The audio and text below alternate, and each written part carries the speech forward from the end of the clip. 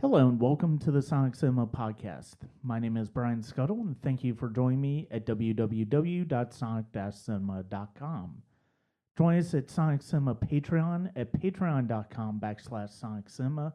There you'll see exclusive reviews before they come up on the regular site, bonus material including parts from interviews that have never been heard before, commentaries that have never been heard before, as well as exclusive, interesting looks at my creative process as a composer, as well as some individual pieces and works that I've worked on over the years.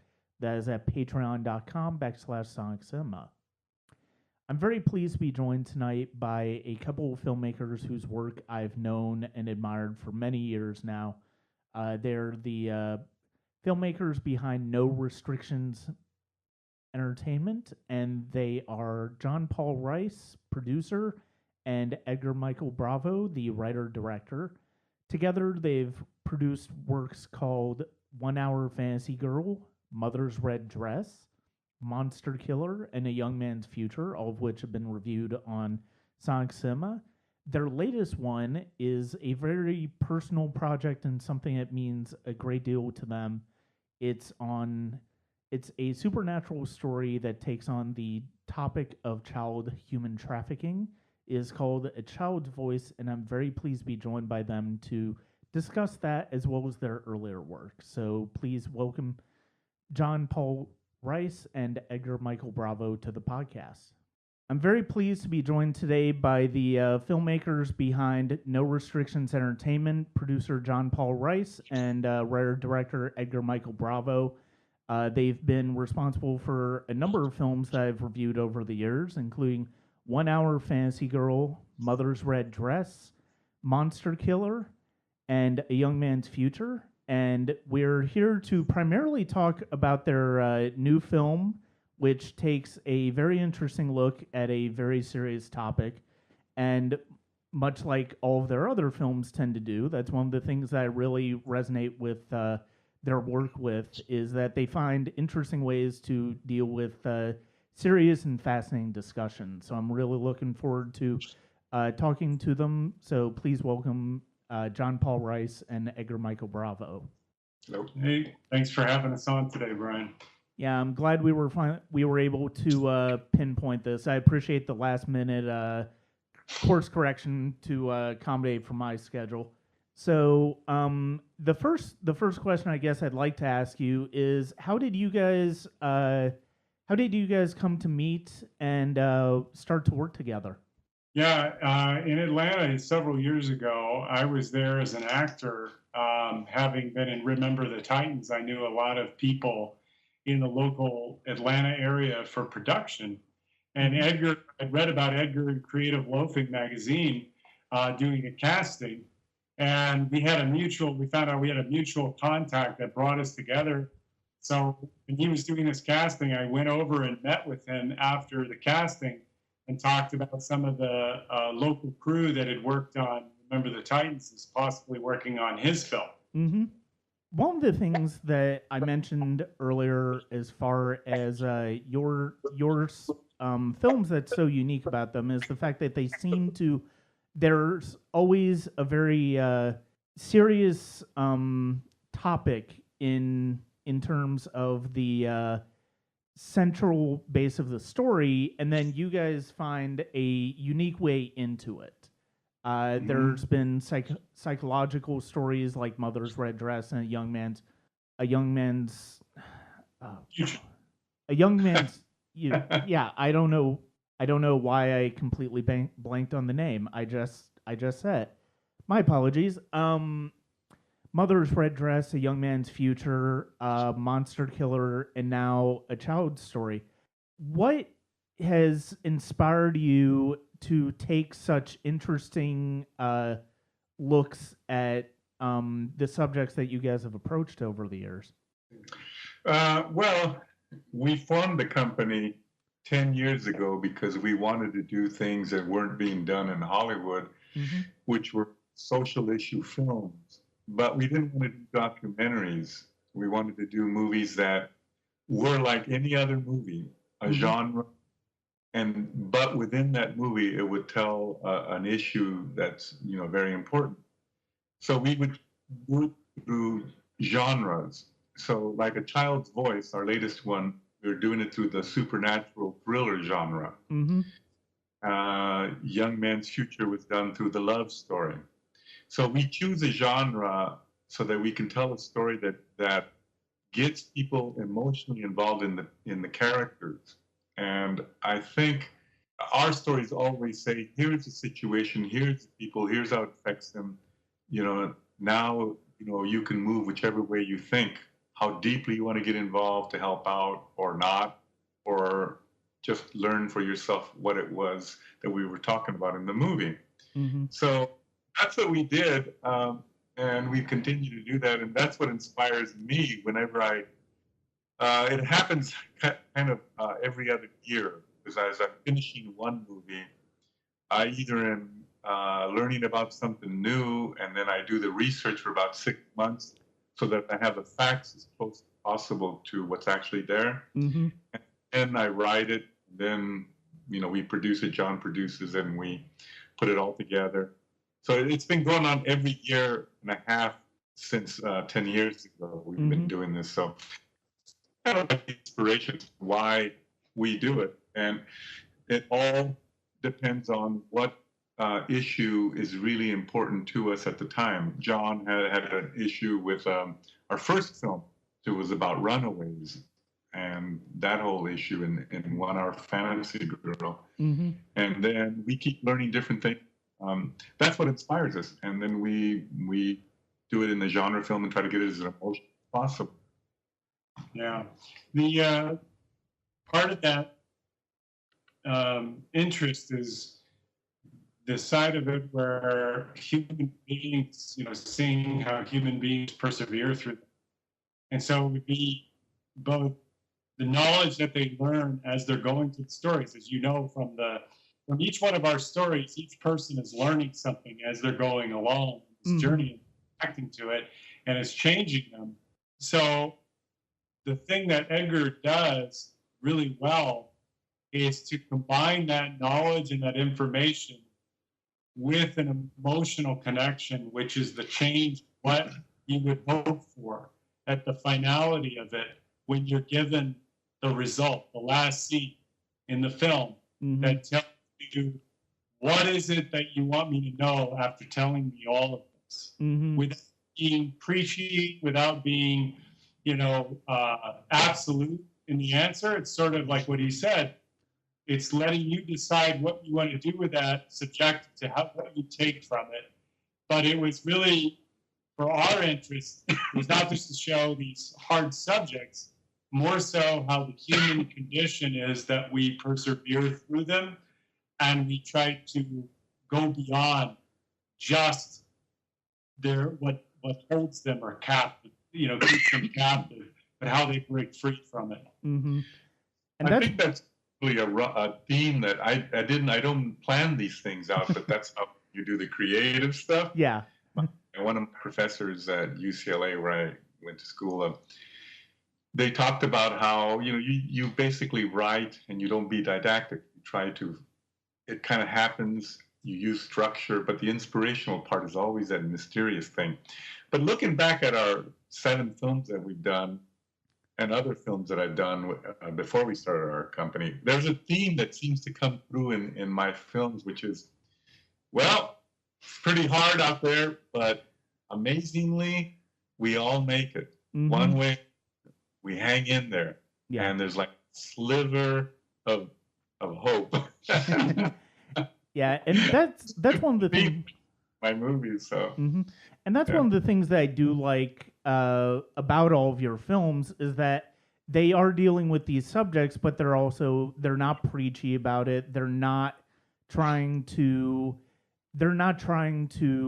convey or not trying to ram a particular viewpoint down your throat. They're just trying to tell you a story. They're trying to engage you in that subject, and they do succeed in that. And that's one of the things I love about the work that you guys have done that I've seen over the years.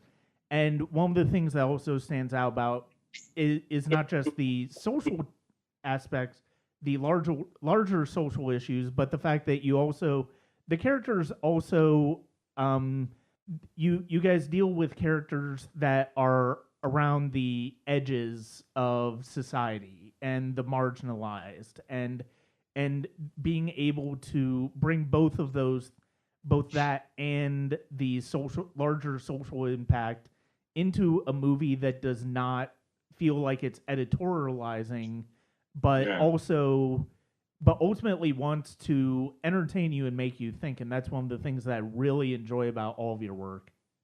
Oh, well, thank you. Thanks. Yeah, I mean, it was through going to school and everything. One of the things that struck me and stayed with me throughout all this time was that when you say entertain you, what it means is people want to feel emotions. Mm-hmm.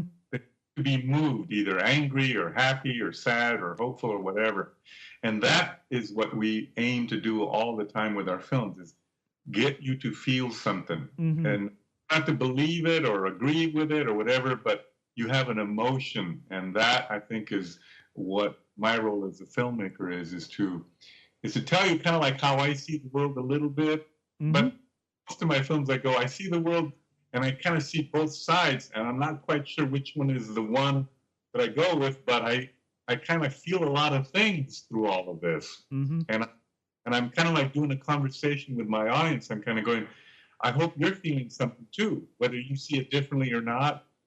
I'm hoping you're going with the ride of like, oh, wow, this is a part of life. Yeah. And I don't know, I feel horrible about it, or I feel hopeful about it, or because it's very weird in our audiences. Yeah.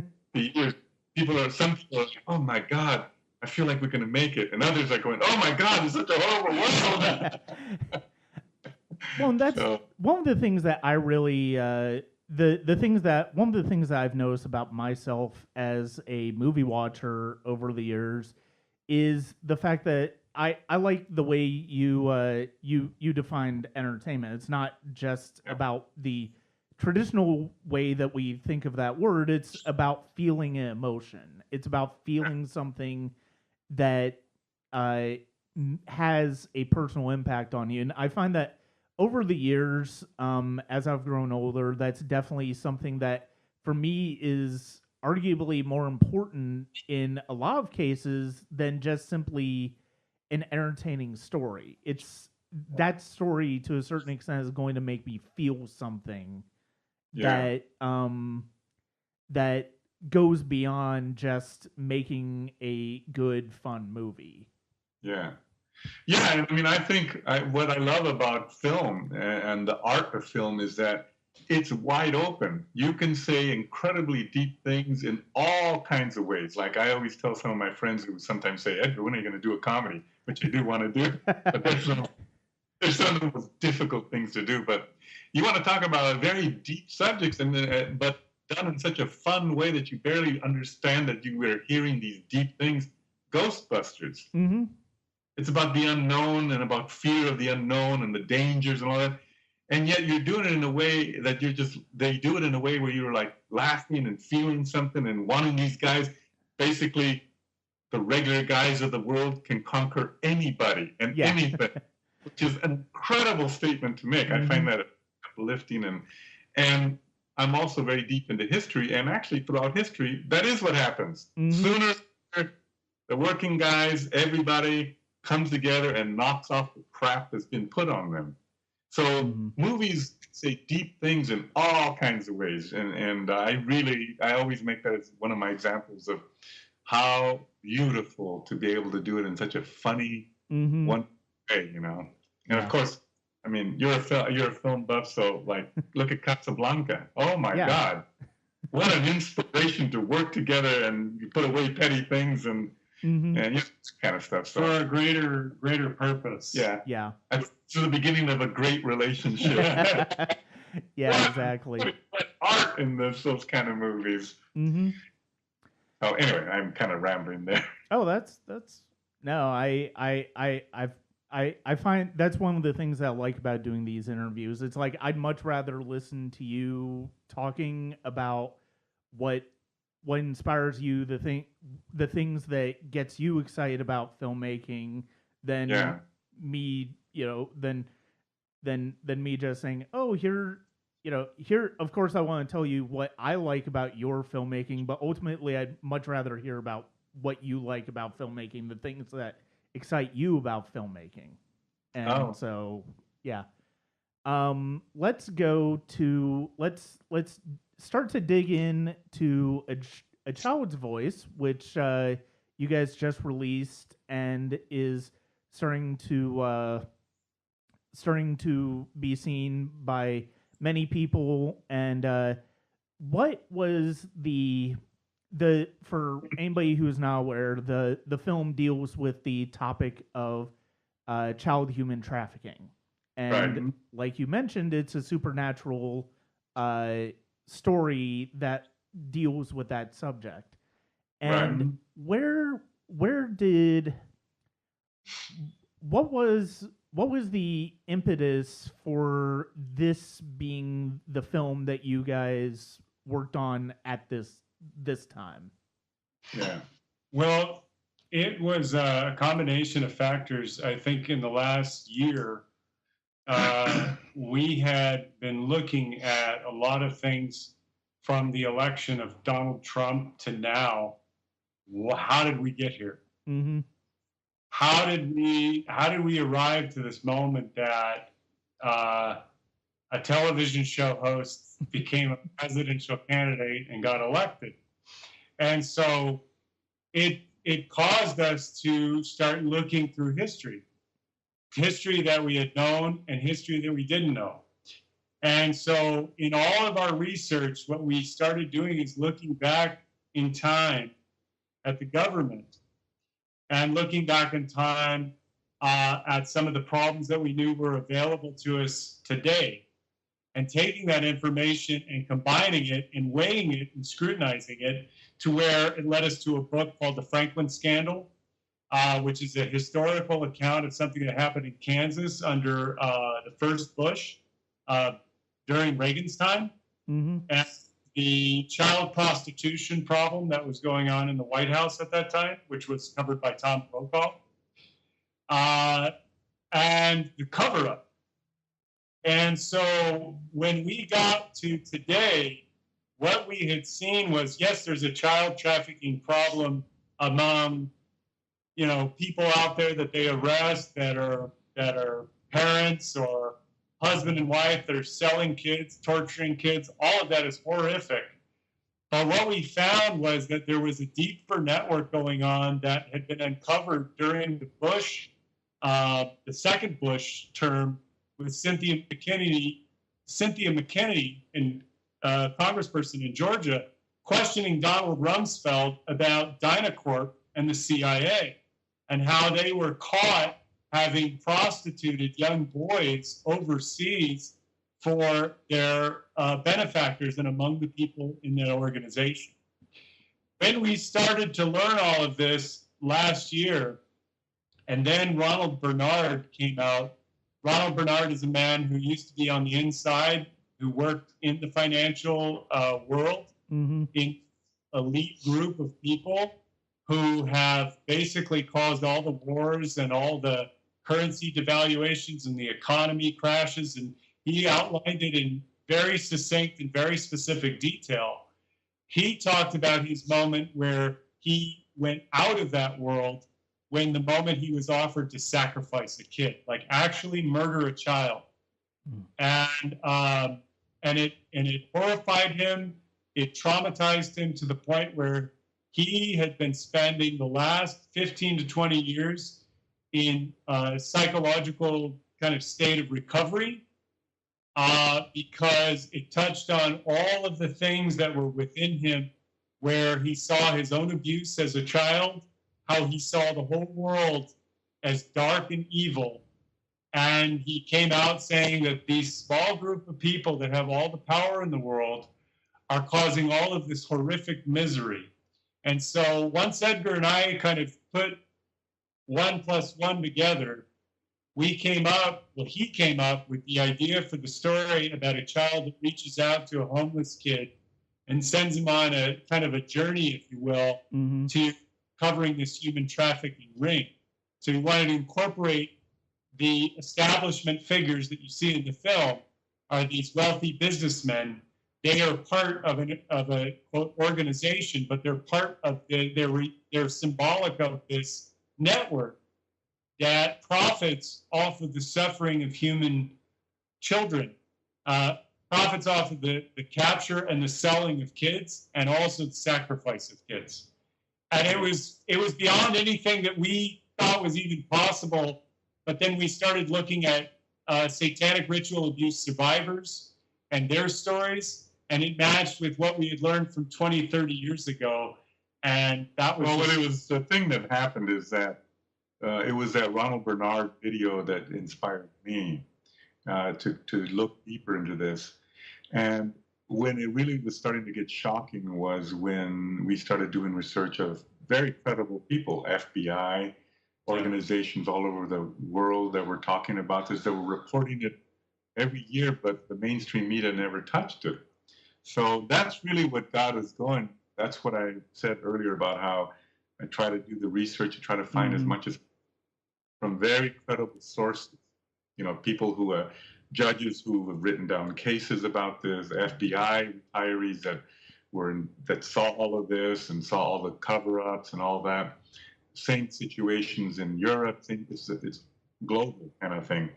So that's what got me, and I thought, and I had spent many terribly sleepless nights because it's really horrifying stuff, which I understand why people, just don't even look at that stuff. But it's very important because it's very dangerous if you think about it. If powerful people are involved in this and they have power over us, what chance do we have if they have the ability to do these kind of horrible things? So what I did is I thought, okay, this is such a heavy subject and it's so strong and everything. Again, how can I find a genre that I can use to tell a story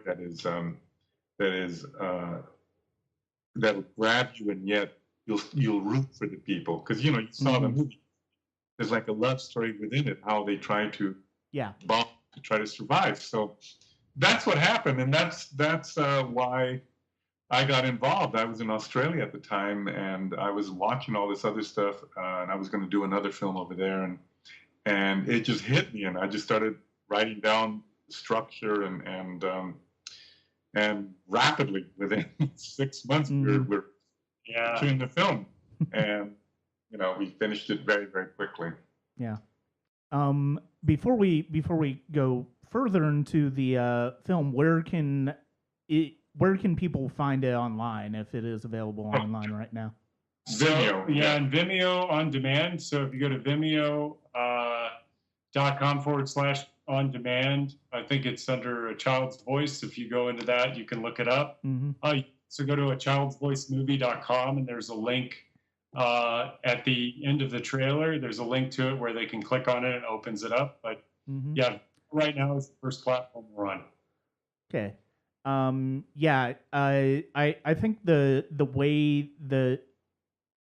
the way in through the supernatural aspect is one of the things that I think was most unique about the film, and one of the things that I think really was I do think it was successful in that way of being able to, and the fact that you have the main character who's a homeless person who's drug user who's struggling to get by, and you have this boy who is, I hate to bring up this spoiler, but he dies in the first scene, and his spirit, his voice leads the main character through this ring and trying to expose this ring, and that's one of the that is a really, I think that's a really strong hook, and it's a really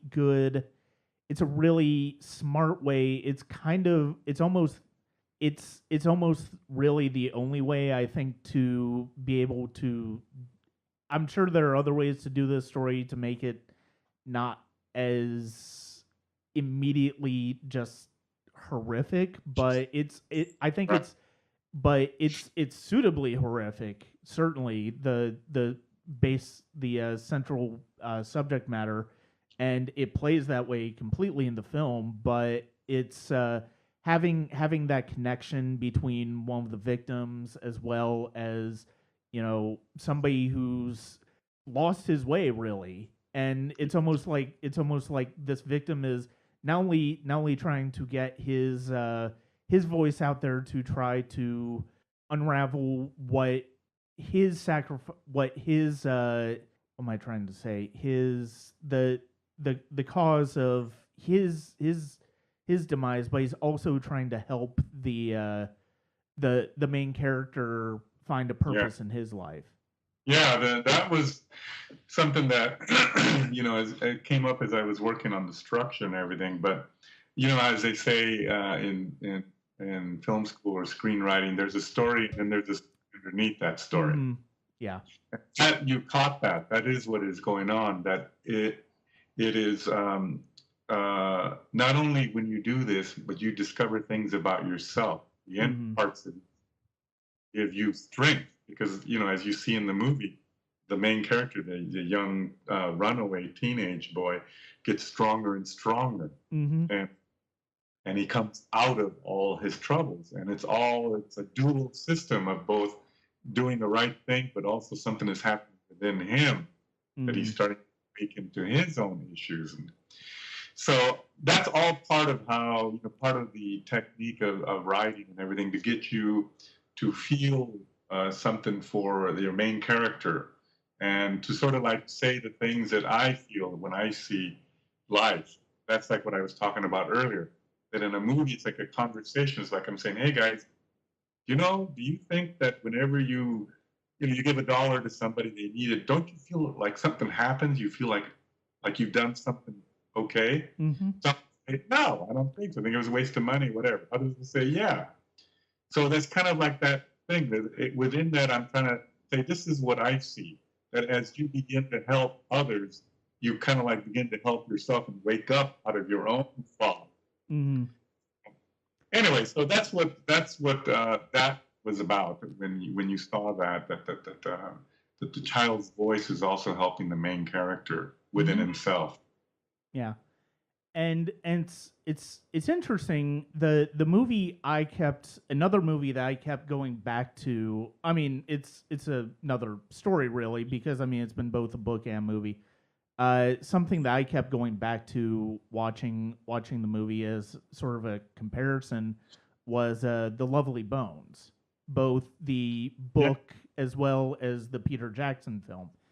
And it was interesting that I like the fact that it's like I feel like it almost would have been very easy to go that direction and focus very intently on the as the sort of supernatural existence of the child's voice after they're killed.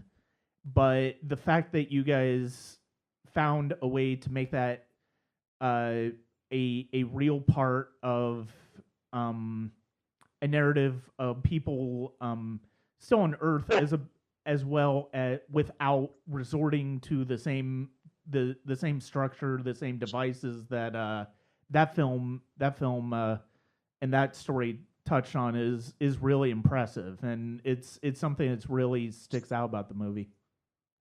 Oh, cool! I'm Thanks, glad. man. I don't know that movie you're talking about. I've never seen it, so Mhm. so I'm glad. It's interesting. The book was far and away better. The movie is good, it has interesting ideas, but it doesn't quite land the same way the book does. The book was pretty painful, and but was also really fascinating to read. But what has been I know I know from what little I've seen online, what has been the general reaction of people to the movie? And The general reaction has been quite strong because of what I think what you picked up on, that quiet way of saying, you can get stronger, you can get mm, enlightened, because it's really moving. And what's very weird is all the reactions have been across the board, that kind of impact. And what's weird is that because of Vigno's reach, we're getting the same reactions like in Brazil, in Europe, and Qatar. I mean, all over the world, we're getting these kind of reactions to the film. So, and that's kind of like what we were hoping for, that we were trying to go, it's not, a lot of it is in your imagination. And we don't want to do a film that just says there's no hope and there's nothing that can be done, but sort of like there is hope, but it's really the hope begins in you. Yeah. I mean, this like I said earlier, this is a subject matter that, I mean, it really could have gone in that direction of if you wrote if you took a different turn from the direction that you took, it could have easily been just depressing and painful to watch. I mean, It's still painful. There are moments of it that are truly profoundly painful, and the subject matter in general is painful. And I mean, it's really it's heroic that you guys were able to bring this such an expansive subject matter to a very personal level, and to make it really have the impact that it does, and without losing hope that something could possibly make it better. That can. I was going to say that, and you made me. Just this conversation got me thinking about it. If I look back at all of our movies and the ending, the ending of them, it's the beginning of something different. Yeah.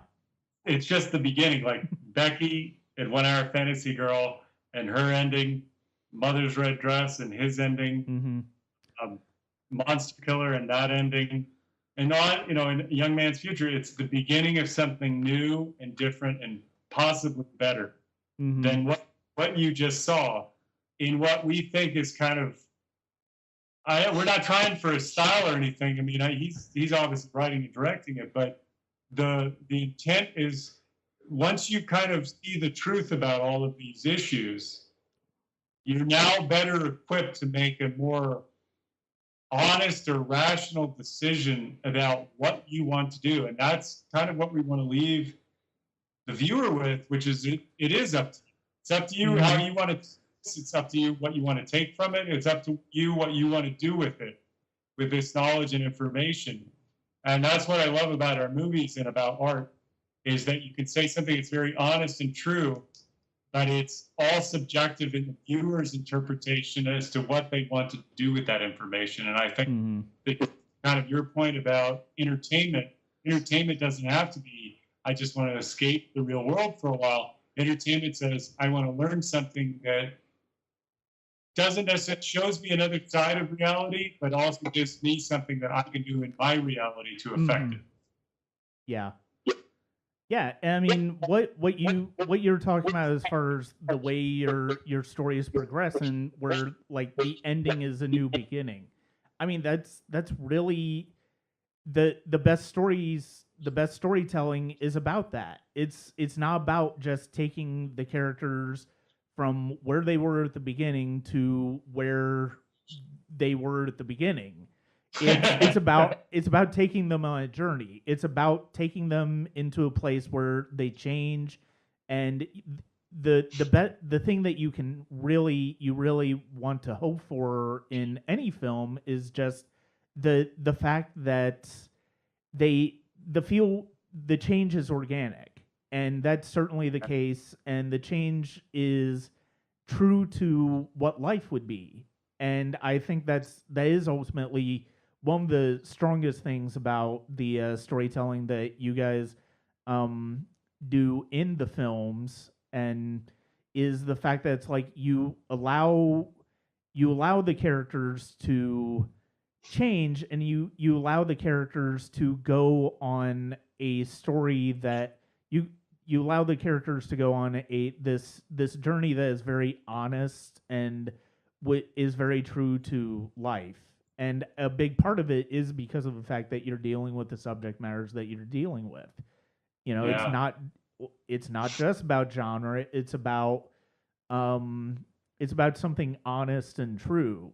And that's definitely one of the things that really resonated with me about. I remember really feeling that about Mother's Red Dress, and I really remembered feeling that way about Young Man's Future. And part of that is because of my own struggles with um, mental illness and anxiety and depression, and Yeah. it's something that is very honest in the way it approaches those, and you have difficult choices that you have to make sometimes, and Yeah. and that's always something to be commended about when it comes to any type of movie that gets made. Well, it's really awesome. I mean, Brian, I know we've known each other over the years, but it's really awesome when you have people who are critics and who examine and see a lot of movies to be able to be moved by that Mm-hmm. in your own personal way. Because, I mean, obviously, that's the effect you want to have if something moves you, like me as a producer, something that moves me in the story. To see it affect you and other people and people we don't even know Mm-hmm. that see a lot of movies, or they're maybe they don't, but they see other films, and that somehow these films resonate with them. That's really very rewarding on our part, at least, that it can reach so many different people. Mm-hmm. What do you guys have an idea of what's next after this? Yeah, I'm preparing to do the sequel to it. Okay. In this particular one, you see kind of like what's happening in Los Angeles and the United States, but an even deeper situation that I discovered from all the research is this is a global phenomenon, and that's a much deeper and pretty intense story. So that's what I'm in the middle of doing the research of now. Some of the research I already know about, Mm-hmm. but there's deeper stuff that I'm doing. And then, of course, we're working on other bigger projects. I'm working one about the last Aztec emperor of Mexico, because that world, very few people know how amazing the world was, the pre-Columbian world. Mm-hmm. You know, the civilization that was here in Mexico and also in Peru, and how the clashes of two different worlds created what we are seeing now. So that's what I'm doing, but that's more like for Hulu, like more like hour long, like Game of Thrones kind of thing. Okay. So those are two projects that we're focusing on right now. All right. Okay. Yeah, that's. I mean, it really. I mean, it makes sense to it does make sense to follow up A Child's Voice with another film that deals with this subject because of how big and expansive the subject matter is. I mean, you really can't say everything about this subject in one film, and that's part of why it's so important that the first film is such a personal film on a single, told the way it is, and through a handful of different perspectives, but it's a very personal journey for the main character. Yeah. Where did the I think if I remember correctly, when John first reached out to me about A Young Man's Future, I think you mentioned something about it being a true story, inspired by a true story. Yeah, right. There were one of my good friends is a pretty renowned national psychiatrist who specialized in this, and I had family members that I knew about that had struggled with this. So it was the same thing as this. When some of these things came up, I did the research and based it on all kinds of case stories, and I condensed it into the story that you see in Young Man's Future, which is two people. Mm-hmm. people and their family. So yeah, it's based. What we try to do is as much as possible base it on actual cases, but then we distill it to make it so that the drama can work. Right. So that's what Young Man's Future was. It was based on a lot of actual cases. Mm-hmm. Okay. What about one that sort of it fits within the larger parameters of your work, but it also feels to be away from it to a certain extent. What about the story of Monster Killer? Although I've seen the title be different as Mark's Eternal, Mark's Secret of Eternal. Mark's Secret of Life. That one was, again, as I said, I basically go as I'm in the middle of another project. If something grabs my attention, then I go, oh, this is kind of fascinating. And during that period, which is like now 4 or 5 years ago, I was so reading up and hearing so much about quantum physics and parallel. And I was like, holy cow. And, all the depth of it, it had me so fascinated that I wanted to do that kind of, sort of mystical kind of sciencey kind of film. But the subject matter of that, in terms of the social issue, was, oh my God, what if, like the main character, a slave, he was a young man, gets pulled into alternate reality, and then the aging starts to slow down, and what he sees is the cruelty of man throughout history, because he's seen World War I, he's seen World War II, he's seen starvation, he's seen everything. Through that story, I wanted to talk about those bigger issues of, good God, what have we done in the world over all this time? But I wanted to personalize it through that one character, the slave, the ex-slave. Kind of an amoral guy. First observation, and then it's this boy who comes in, is sort of this conscious, or interrupts it, and says, there might be another way, let's try and stop being selfish for a moment. Well, I mean, the main character, it's basically about survival.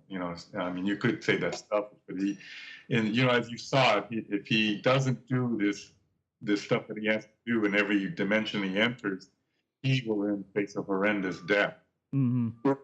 That's the decision for him. It's a matter of survival. So I wanted to make it the stakes very high, because in the end, those are all the same issues we have to deal with. Oh my God, someone is dying. Am I going to go out there and risk my life because other people have guns? Those kind of issues are the issues that we all face in different forms.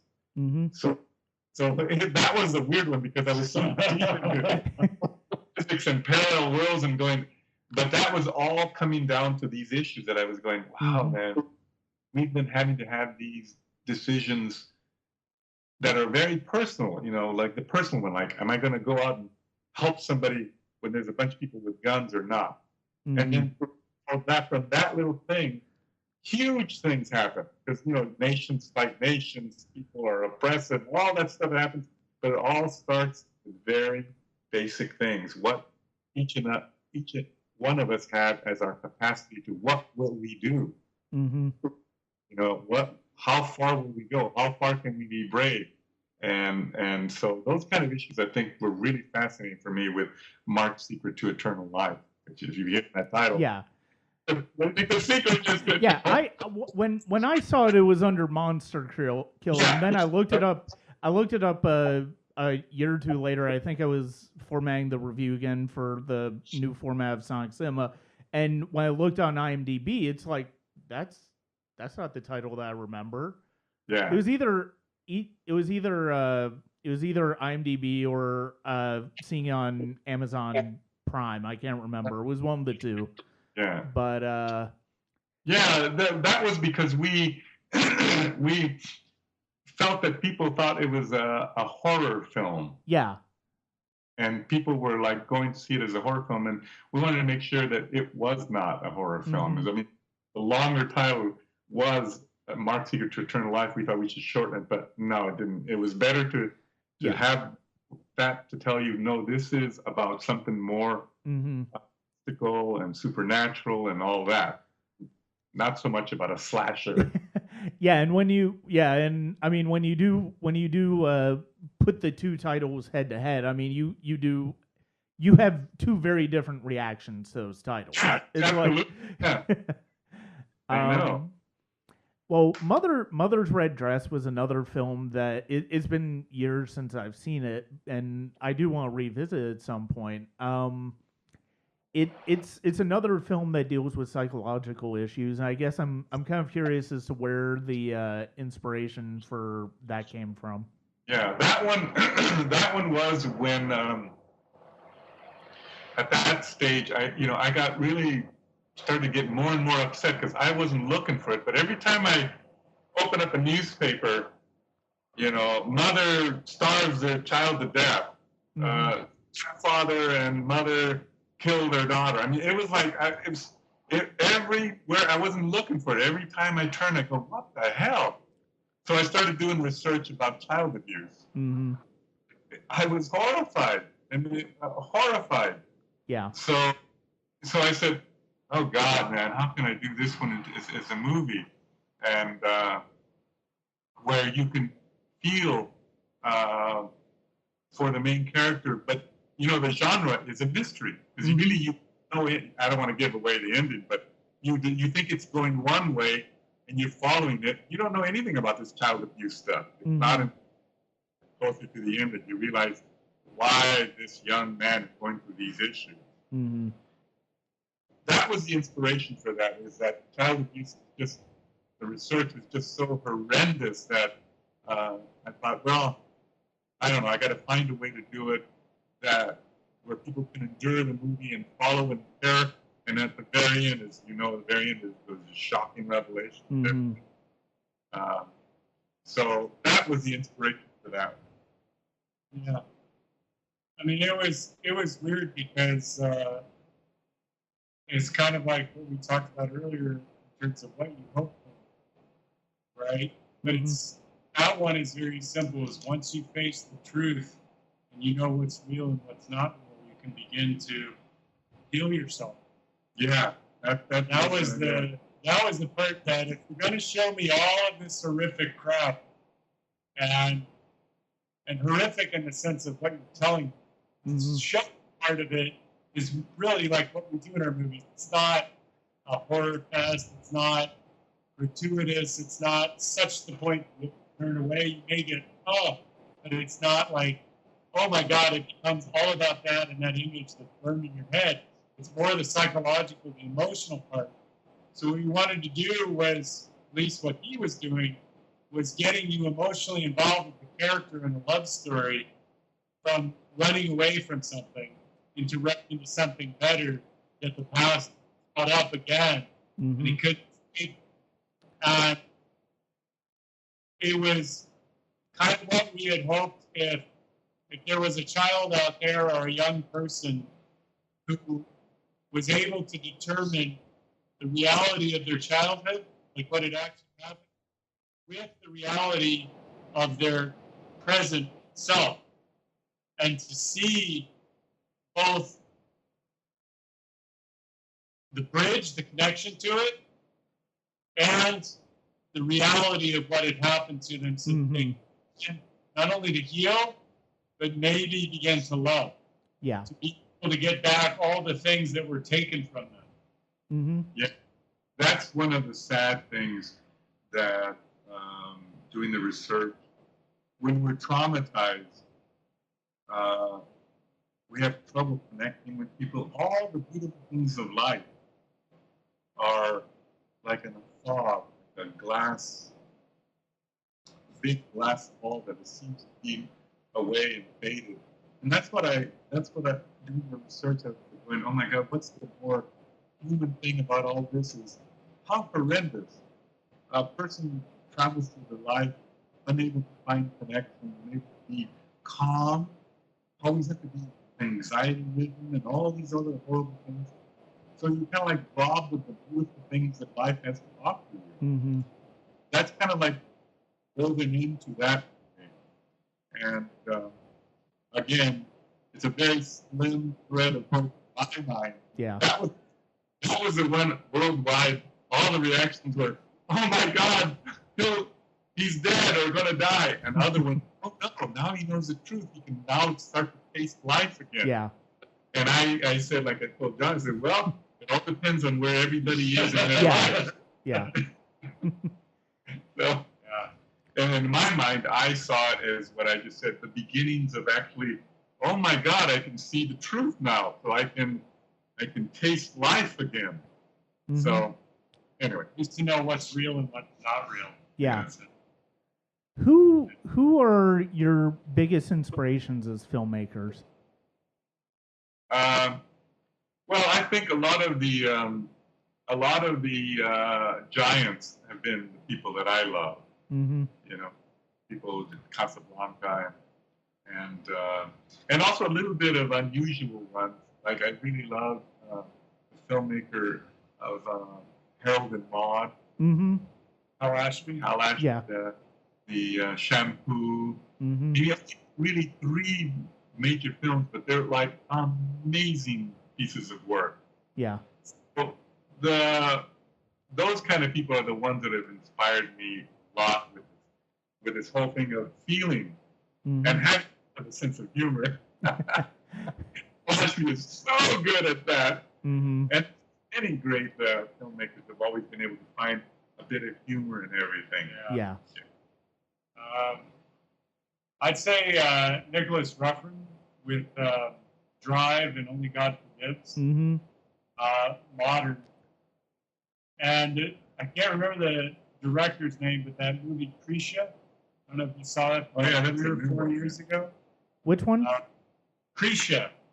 It's about a 55, 60-year-old woman who comes back home on a Thanksgiving dinner. It's a gathering of the family. One of the most captivating psychological dramas in independent film in a long time. It's all about family. And she is a tragic character because she's a former drug addict and alcoholic. And she's trying to maintain her self-image or projection that she's changed, but everybody knows Yeah. how destructive and horrible she's been. But it's a great movie. It's a great movie because it talks about very honest things, and there's very beautiful and very painful things too. Yeah, I don't think I've ever seen that one. It's very rare you meet those. You see it Michael Cuesta with LIE. Mm-hmm. Oh yeah, Little Miss Sunshine. I mean, that's probably one of the, in my view, one of the best dramedies that's been done in years. Yeah, it's a beautiful film. It's a great script and great directing and casting. Absolutely. And with a point, like, we're all screwed up, but we're better than all these other people that are more screwed up. What inspired you guys to? And it's funny because I usually do these questions at the beginning of the interview, but I wanted to get into your work quicker than I normally do with other people. What inspired you guys to get into filmmaking? Well, I started in theater when I was an undergrad, and then they had a class for film, and film I just fell in love with it. And inspired what got me into it is because of that ability to evoke emotion with an idea together. That's amazing. So that got me, and that then that's why I came to UCLA to get my master's there, because I was just in love with that idea of the same feeling that I get when I am in great movies, that I just feel, oh my God, I just saw a new way of looking at the world, and I am so deeply moved. That's kind of like my goal. I don't always achieve it, but I always try to find that. I go for that. Yeah, John did it for money. No, I'm kidding. I was ready to get profitable in the micro-budget empty world. No, I think I came out here because of Remember the Titans in Atlanta. I was in college, got going to business school, and I took as an elective the history of motion pictures. I had done acting, years before in high school and in grade school. Mm-hmm. And I gave up all of that because I had to work full time while I was going to college. And that elective course was in my second year. And that professor held an acting class in Marietta. Mm. And I went up there to shadow one of the classes. It pulled me right back into my days doing high school theater. And then within, I think, 3 to 4 months, there was the film Remember the Titans was coming into Atlanta, and he knew the local casting director. I went out there, auditioned, I got it. I got the part as a Titan football player. I was on the film for 2 months, and it just changed my life. By the time the premiere was out here in LA a year later, Mm-hmm. months later, I was out here to be an actor. And then when I turned to producing, was a combination of Edgar, plus I had gotten a job in Beverly Hills at a small little company where I was answering phones and reading scripts, giving coverage. That company ended up doing Juno, The Grudge, Harold and Kumar, and my mentor, Joe Drake, was the executive producer of The Hunger Games. Oh, wow. So it inspired me from multiple levels. I realized that in acting, I wasn't truly an actor, but that I had certain abilities. And when I teamed up with him, because we were aligned with the stories that we wanted to tell, that I was interested in his writing, I was interested in his ability as a director. I thought he was a very good director. And we shared similar feelings about the world around us, that we just started. We started applying it, and I found what my strengths and my weaknesses were, and it's a good complementing team. Mm-hmm. So that's why. And then it's just become over the last several years, like a deeper journey into yourself and learning about the world around you and learning about yourself through your art and what you're trying to say. And hopefully it matures over time. Well, I'm definitely looking forward to your future collaborations together. I look forward to I definitely look forward to hearing from John that you guys have a new movie coming out, and I always feel like I get something out of watching them, regardless of the movie, regardless of the subject matter. We've already talked about where people can find A Child's Voice. Where can people find No Restrictions online otherwise? Right. So if you wanted to go to our website, No Restrictions ENT, like entertainment, or you just Google No Restrictions Entertainment, you'll come across the website. You can go on Amazon, you can go on Vimeo, you can look up all of our titles. 1 Hour Fantasy Girl, Mother's Red Dress, Mark's the Secret to Eternal Life, A Young Man's Future, and A Child's Voice. They're on all of Vimeo, and we're eventually going to move everything over to Amazon. But everything but A Child's Voice is on Amazon right now. Okay. All right. Yeah. Are you guys what is the release? It's already online at Vimeo. What is next in the evolution of A Child's Voice as far as getting it in front of audiences and people's eyes? So we're doing a combination. There's about 20 platforms now that we can get onto, and we're going to do it through self-distribution. The other part of it is doing it through others. So as many interviews, as many, both in the film world as well as the people that are dealing with human trafficking. We're looking to partner up with organizations that specifically talk about this issue and could help support us through their network. We're working with the AAHOA, which is the American Asian Hotel Owners Association. They have about 18,000 members, and what they're doing is they're blasting out to all of their members this film so that they can rent it in an email. And we've seen where we've done interviews like with you and other people that are specifically either about film or they're about human trafficking, and people go to the site, they share it. We're seeing it organically being shared on social media now without us pushing it. That's kind of what we want to build off of from there. And then we also want to work with international sales companies that have television rights, because I think we could do really awesome with that as well. Okay. Well, good luck with that. I mean, I hope you're successful, and I do hope that the progress that you're already working on, you're already building on, continues as you guys work on the follow-up film for it. I'll definitely be very curious to see what that one is and see how that one forms. But John, Edgar, thank you very much for your time tonight. I'm really glad we were able to do this. Likewise, man. Thank you very much. It's nice to finally meet you, Brian. Yeah, it is. It is. I've known you on social media for a long time now, and yeah, I mean, I know what you look like. It's like I just have never actually met you.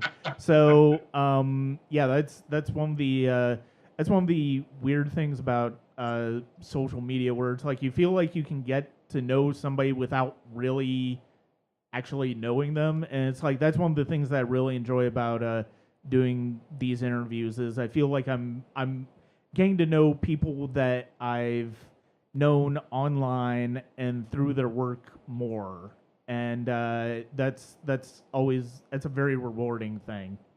I'd like to thank John and Edgar once again for joining me on the podcast. I've been looking forward to this conversation for a while, and it's one that their work has been some of the work that's been the most impactful for me as far as filmmakers who've sent me their work over the years, and I look forward to whatever stories they have coming up. That's all for now for the Sonic Cinema podcast. Join us at patreon.com/Sonic Cinema. I've got a couple of really interesting things coming up there. For the podcast, I've got a lot of great interviews coming up and some interesting looks at filmmakers and with some friends that I'm looking forward to sharing with you guys. That is at patreon.com/Sonic Cinema. If you can contribute, that would be wonderful. Every little bit helps. I'm also working on getting a new EP of music out by the end of the summer, and I'm really looking forward to that. For now, though, this is Brian Scuttle at the Sonic Cinema podcast saying thank you very much.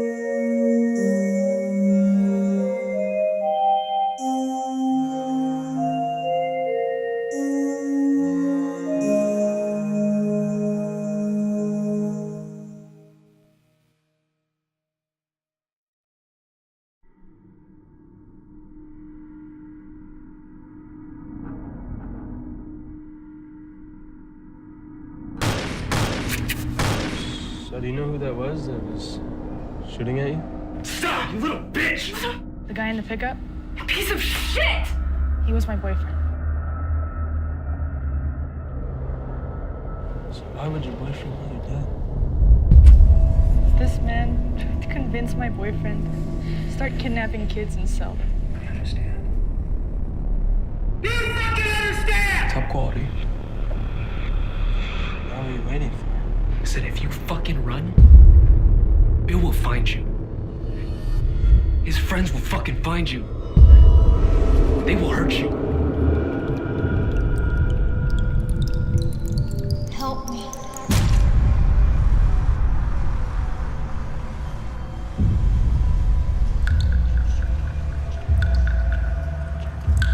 I'm getting stronger.